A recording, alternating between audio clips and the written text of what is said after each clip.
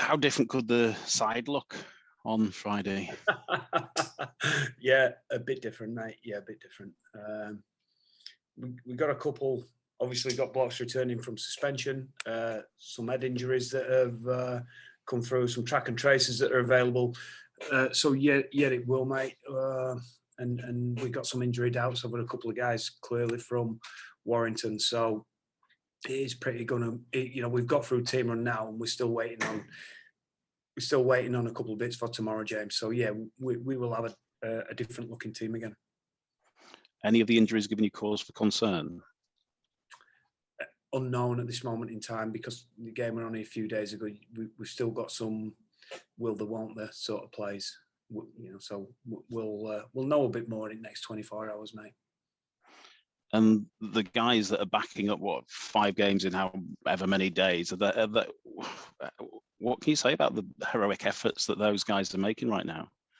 Yeah, the heroic efforts. Matty Pryor is the standout one, playing in the front row and obviously throwing the extra game he had with the Exiles. I think the way he's turning up and leading the team has been pretty phenomenal, really. Michalecki is in that batch of people that's played that extra game. So is Cruz Lehman, who have been among our very best players, and Cruz Lehman's playing out of position. So, yeah, it is, mate. Look, our performance the other night wasn't perfect. Thought we had a good first half, but I felt fatigue clearly set in. You could tell the way we were playing the game. Fatigue clearly set into the team.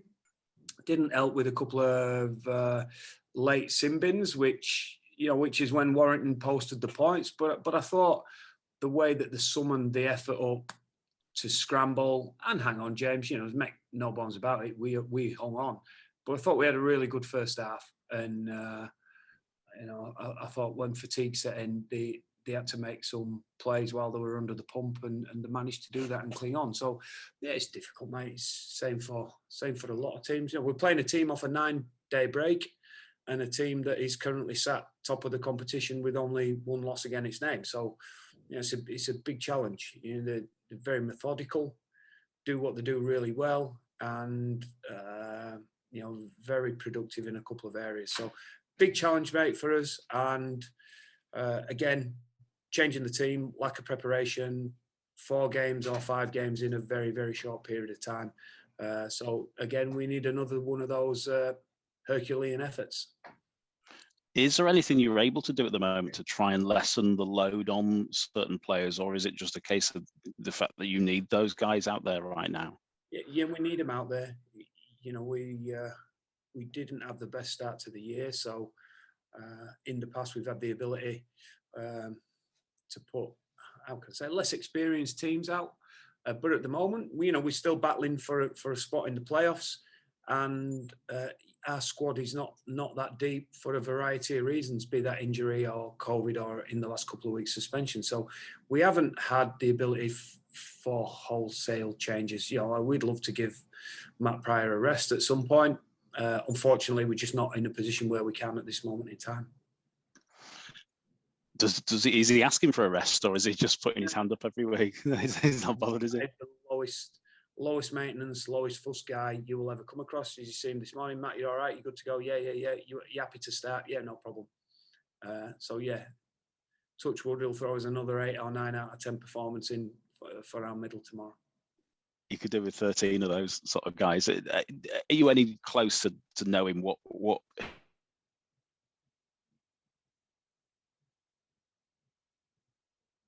Sorry, James, you just sort of broke up a little bit there. Sorry, I was just saying about Matty Pryor. Just, are you any closer to knowing whether you're going to be able to hold on to him? Yeah, we hope so. I think Matt's got a desire to stay, and quite obviously we've got a desire to keep him. So it's probably not one of those that we're panicking and putting too many deadlines on. Given the fact we've had 4 games in the last 2 weeks, you can imagine it sort of slows other stuff up a touch behind the scenes. But yeah, we're working through it with him, mate, and working through it with his agent. So fingers crossed we can get something sorted. And what's the situation with Zane? Look, Zane come back off COVID. He had COVID pretty badly. At the moment, he's just got a little bit of a sore Achilles.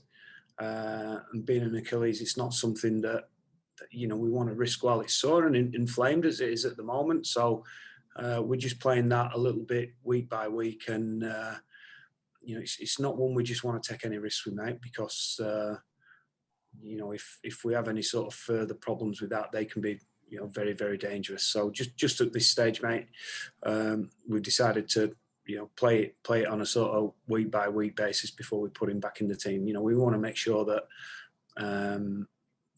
we've got no issues, or we're not taking any chances that could be a sort of further long term if it does any more damage to it. So we're just being very gentle with it at the moment.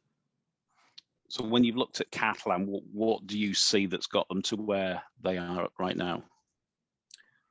You've probably just mentioned it. We think they're a very methodical team, very, very well organised, and defensively well organised. All know the jobs. I think statistically it tells you a bit about them, James. The number one in the comp for making the tackles. They've got less misses than anyone. They complete really high. They kick chase exceptionally well. They do what they do. They're a really well principled team, and they do it well. I think Josh Drinkwater has been very productive for him, particularly around the kicking game. He set, I think 25% of the tries up with kicks this year, which is a pretty phenomenal stat, really. And when they run the shapes, a player called Sam Tompkins on the end of the backline shifts, which he's still, if they get you where they want you defensively, he's still great at coming up with the right play on the end of the line. I think they're very, very well organised, very well disciplined. Complete high kick chase well. Got a great kicking game, and they're just doing it to a high standard every week, mate. They're clearly really bought into each other, and defensively, working very hard. So I think they're methodical, but to a very high standard. Just a couple of final points from me. We've not spoken to you since your new deal, so congrats on that. And was there ever any doubt that it would be extended? No, not really. Look, I'm on a rolling contract anyway, James. I think it's probably important to say that.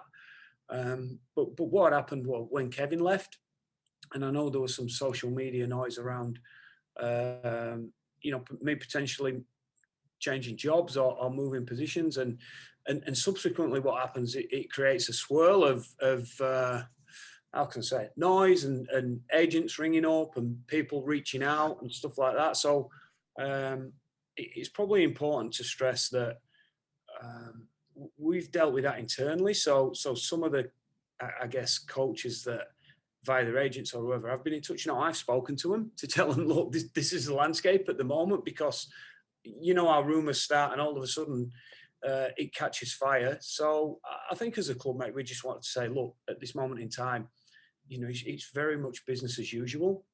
We haven't got any plans to change. So in terms of new deal, look, we're already on a rolling contract anyway, James. You're just sort of saying we aren't changing the setup. Obviously, Kevin's gone, and we've still got to work through some of that. So in my role as head coach at the moment, I will pick up a little bit more on recruitment, a little bit more direct involvement. While I'm obviously very involved in recruitment anyway with Kevin. I work together with Kevin in a pretty strong way on that, but Kevin's going to be going, so I probably need to assume a little bit more responsibility on that, and particularly overseeing our pathways, which is originally why I came to the club, and something that I'm really passionate about. What I genuinely believe it's the future for this club and the way to get us back as a dominant team for a long period of time. But there's also other things, James, that we got to work through between myself and Kevin and Gary. So I think the sort of message is, look, it's business as usual, and while we've got to devolute some of Kevin's duties, there's no real changes on the horizon. So finally, you just mentioned about recruitment. Are we any further forward on that? Obviously, fans are getting quite excited about the possibility of someone like Aidan Caesar.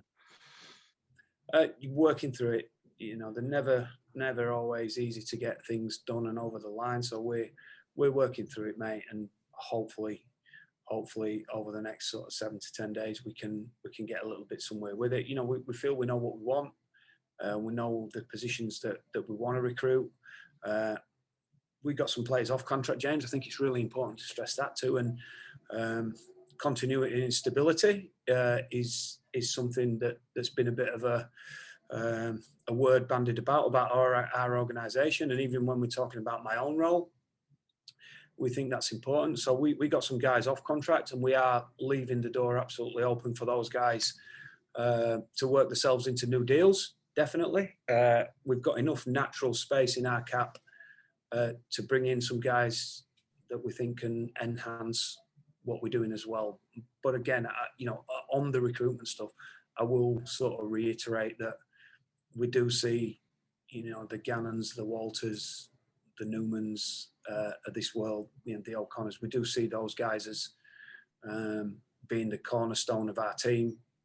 Holroyd being the cornerstone of our team for years to come. So just getting the right level of quality and experience and top line Super League players coming in is where we think we're at now.